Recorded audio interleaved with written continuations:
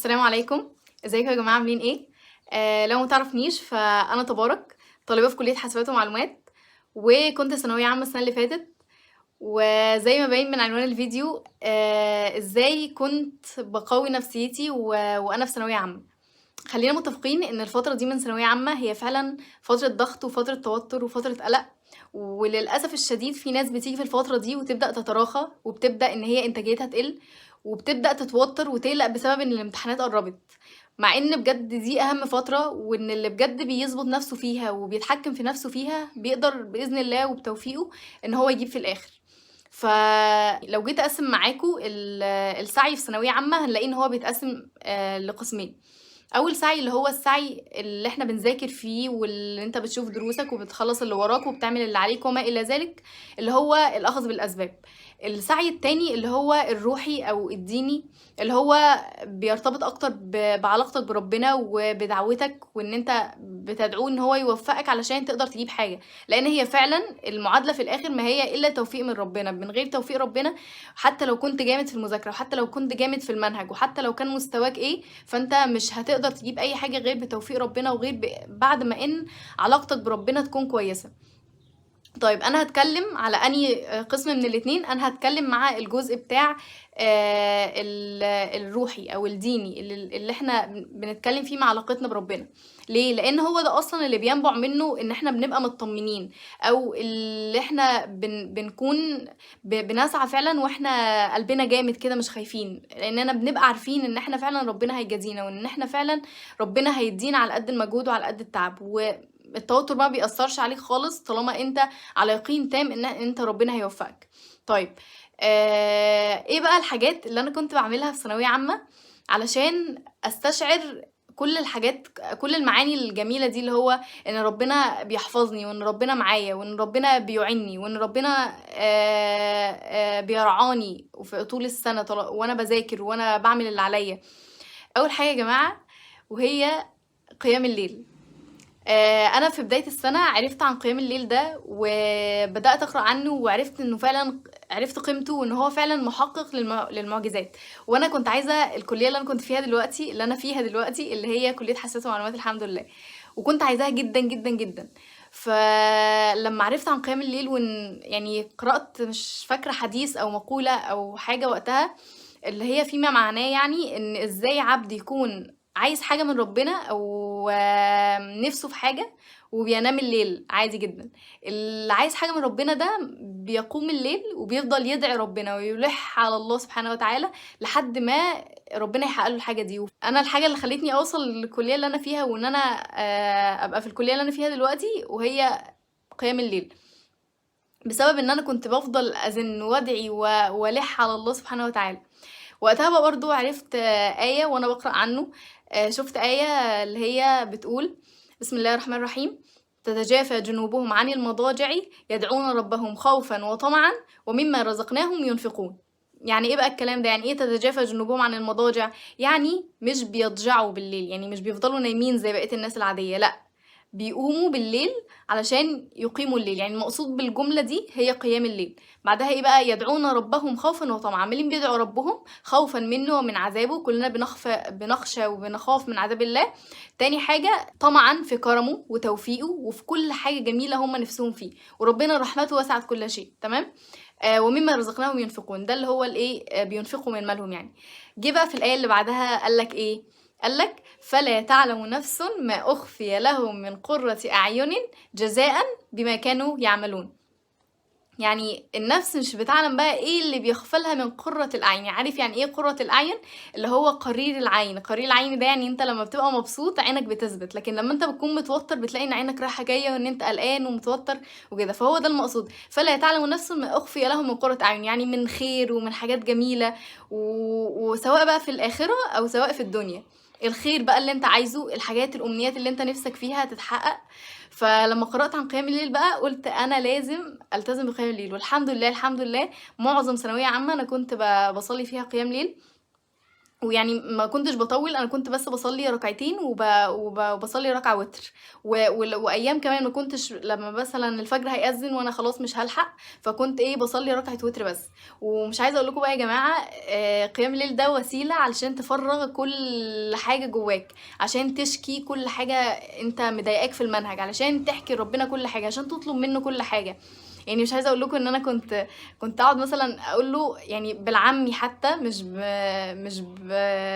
بأي صيغة للدعاء، كنت باقول له: يا رب الفصل بتاع الكيميا ده أنا مش عارفة أحفظه، الشابتر الفلاني مش راضي يدخل دماغي، أنا حاسة يا رب إن أنا دماغي مقفلة وإن أنا مش فاهمة حاجة، فيا رب فتح لي مخي وثبت الحفظ في دماغي. كده يا جماعة، ادعوا، ادعوا بكل تلقائية. ما يعني إحنا في ثانوية عامة مش بتلاقي إن أنت حد تحكي له أو أنت حد تشكي له، مش بتحس إن في حد هيفهمك أوي، غير كده المعظم مننا مش بيبقى عايز إن هو يحمّل أهله فوق طاقتهم، وإن هو يفضل يشكي لهم وشايلهم هَم أو يقلقهم أكتر ما هُم بيبقوا قلقانين. فأنا كنت باعمل كده، كنت بافضل بقى أشكي لربنا وارمي كل همومي وكل حمولي على ربنا. فادعوا وما تقلقوش، ويعني فعليًا بعد ما تقوموا لمّا تخلّصوا بقى عياط وصلاة ودعاء وكل ده، هتحسّوا براحة رهيبة، اللي هو زي ما يكون ربنا بيطمنكم، ربنا بيقول لكم ما تخافوش، يعني خلاص دعائكم عندي، فما تقلقوش خلاص.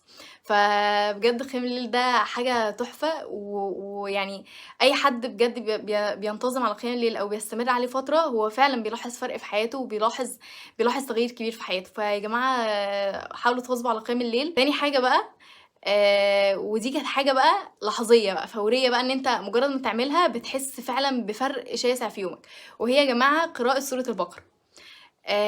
سورة البقرة أنا ما عرفتش عنها أو عن فضلها من أول السنة، أنا عرفته في النُص كده. فعرفت بقى عنها الحديث اللي هو بيقول: قال رسول الله صلى الله عليه وسلم: اقرأوا سورة البقرة، فإن أخذها بركة وتركها حسرة ولا يستطيعها البطلة. تمام؟ يعني إيه بقى الكلام ده؟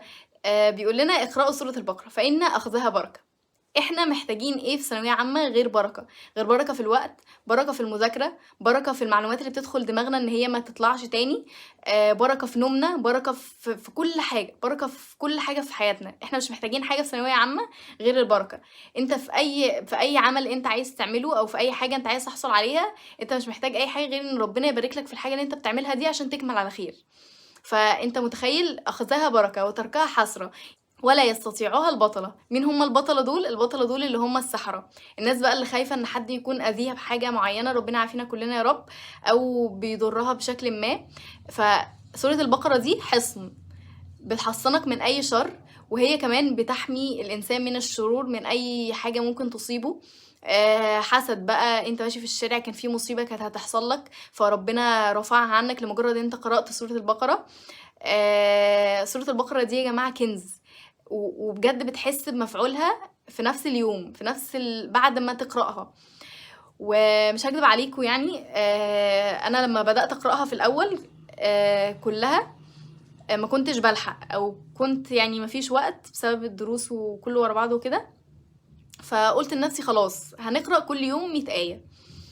وبجد يا جماعة أنا حسيت بنفس الأثر، وكنت بجد مبسوطة وراضية عن نفسي جدًا، وحسيت بأثرها، وفعلًا شُفت البركة في الوقت دي، والبركة في كل حاجة، وتوفيق بقى في الامتحانات، وحاجات كنت أنت بتبقى قلقان منها ومتخيل إن هي حاجة ضخمة جدًا هتحصل ومش عارف إيه، بتلاقيها أهون من كده بكتير، لإن ربنا بييسّرها، لإن ربنا بيخفف عن عبده. يعني طالما أنت دايمًا مع ربنا، فتأكد إن أنت كل حاجة هتيجي في حياتك يسيرة.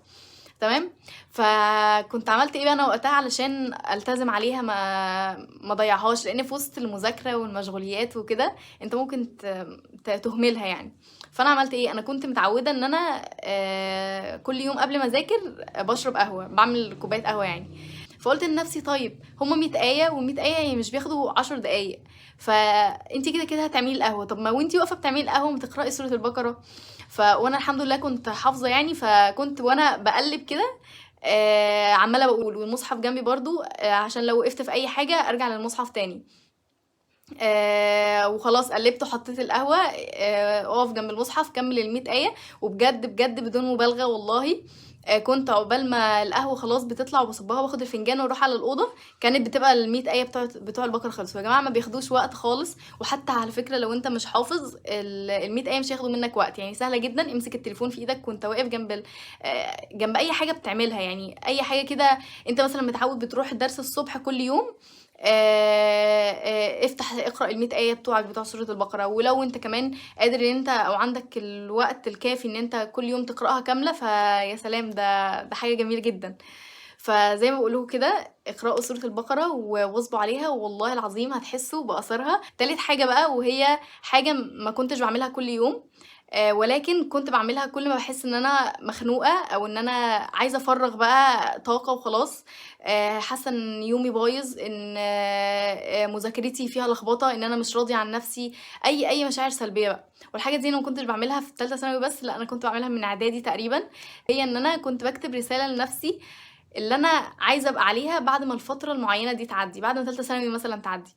فكان يا جماعة مش رسالة عادية بقى، يعني مش رسالة اللي هو بتفتح ورقة وتكتب الحاجات اللي مضايقاك وخلاص، لأ، كنت باعمل رسالة، وفي بداية كل رسالة منهم لازم أكتب لنفسي كده: السلام عليكم، إزيِك يا باشمهندسة تبارك، عاملة إيه؟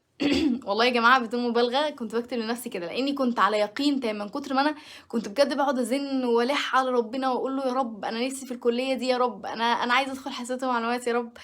كنت على يقين تام إن أنا هابقى باشمهندسة يعني إن شاء الله بإذن الله. وليه باشمهندسة في حاسبات مش في هندسة؟ ممكن أبقى أتكلم عن الموضوع ده بعدين. أنا كان الحمد لله عندي فرصة برضه إن أنا أدخل هندسة، ولكن لإني كنت عايزة حاسبات فدخلت حاسبات. المهم، من كتر ما أنا كنت بالِح، فأنا متأكدة إن هي هتبقى باشمهندسة تبارك، يعني لا غير. والحمد لله قد كان يعني. فكنت باكتب لنفسي كده: السلام عليكم، إزيِك يا باشمهندسة تبارك، عاملة إيه؟ وبعد كده أبدأ بقى الرسالة: أنتِ الفترة دي عندِك مشاكل في كذا وكذا وكذا وكذا، وحاسة بكذا وكذا وكذا، ومش عارفة المادة الفلانية ملخبطة فيها، والشيء الفلاني مقصّرة فيه، ومش عارف إيه، واكتب بقى كل حاجة مضايقاني بقى، واكتب كل المشاكل اللي عندي في الحياة، وأفور بقى وخلّيكِ drama queen عادي مع نفسِك عادي في الورقة. بعد كده في نهاية الرسالة كنت باكتب دايمًا: أتمنى بعد ما الفترة دي تخلص أو بعد ما تالتة ثانوي تخلص، تكوني بقيتِ في حاسبات ومعلومات وبتقرأي الرسالة دي وأنتِ مبسوطة وراضية عن نفسِك وفي الكلية اللي أنتِ عايزاها. بس. وبجد بتحسي بكمية راحة رهيبة، وبتحسي إن نفسيتك متطمنة بشكل مش طبيعي. بعد كده بقى إيه، باقوم أغسل وشي كده وأفوق، خلاص بقى إحنا طلّعنا كل الحاجات السلبية اللي جوانا. وكنت باجيب بقى ورقة وقلم ويالّا إحنا عندنا مشاكل إيه، هنعمل إيه في حياتنا، هنضبّط دنيتنا إزاي، هنصلّح الأخطاء اللي عندنا إزاي، وأبدأ أكتب بقى أشوف أنا هاعمل إيه وفي إيدي إيه وأقدر أعمل إيه. وكنت يا جماعة ب ب يعني باحس إنه خلاص كل حاجة اتنظّمت بقى. بعد كده أقفل الورقة، أطبّقها وأحطّها مع أخواتها، وأبدأ بقى أحاول أبذل أقصى ما في وسعي علشان أعدّي المرحلة دي وأصلّح الأخطاء اللي عندي. هي تالتة ثانوي كده يا جماعة، يعني ما فيش حد بيمشي فيها مستقيم، وما فيش حد بيمشي فيها واقع خالص، بتبقى دروبات، وبتفضل إن أنت تحاول وتقوم وتُقع لحد آخر يوم، وبتفضل متوتّر وقلقان. التوتّر والقلق موجودين، الحاجات دي بتقلّلهم. والشاطر اللي هو بيسيطر على القلق والتوتّر ده، اللي هو بيشوف أي وسيلة يفرّغ فيها طاقته السلبية علشان ما يأثّرش على مذاكرته، عشان ما يأثّرش على الأولوية الأهم اللي هي مذاكرته في الفترة دي. بعدها ابقى انهار يا عم براحتك أمّا تخلّص السَنة، وبجد هتخلّصوا السَنة وهتحسّوا إن ولا مرّيتوا بضغوطات ولا مرّيتوا بأي حاجة، وهتنسوا أصلًا كل الأيام وكل الفترات الصعبة اللي أنتم عدّيتوا بيها دي. ما تيأسوش من رحمة الله، ومهما كان مستواك ومهما كنت ضايع قوم وحاول، لإن حتى لو أنت مش هتقدر يا عم باقي يومين على الامتحان، وأنت دلوقتي مش هتقدر تلِم المنهج كلّه، بس أنت عندك ولو بنسبة إن أنت تقدر تجمّع أي حاجة مهمة في المنهج، تدخل تلاقيها كام سؤال في الامتحان، فبدل ما كنت هتجيب 0 تجيب 5/10 مثلًا. فدايمًا إن أنت تعمل حاجة أحسن من إن أنت ما تعملش خالص. فلو عندك بنسبة قليلة جدًا إن أنت في فرصة إن أنت تعمل أي حاجة، اعملها. إحنا الأمة بتاع الفسيلة. إذا قامت الساعة وفي يد أحدكم فسيلة فليغرزها. يعني الفسيلة هي مش هتطلع، مش هتنمو خلاص، ولكن الرسول قال لك لو في إيدك تعمل أي حاجة اعملها. فيا جماعة ما تقلقوش، الفترة هتعدّي. وأتمنى لو في أي حد بيعمل الحاجات دي وفعلًا حاسس إنها أثّرت على حياته، يكتب في الكومنتات عشان الناس فعلًا تصدّق وتقتنع. وما تنسوش أنتم لمّا تجرّبوا الحاجات دي تيجوا تقولوا لي فعلًا أنتم حسّيتوا بأثرها والّا لأ. وبس في آخر الفيديو أنا عايزة أقول معاكم حاجة.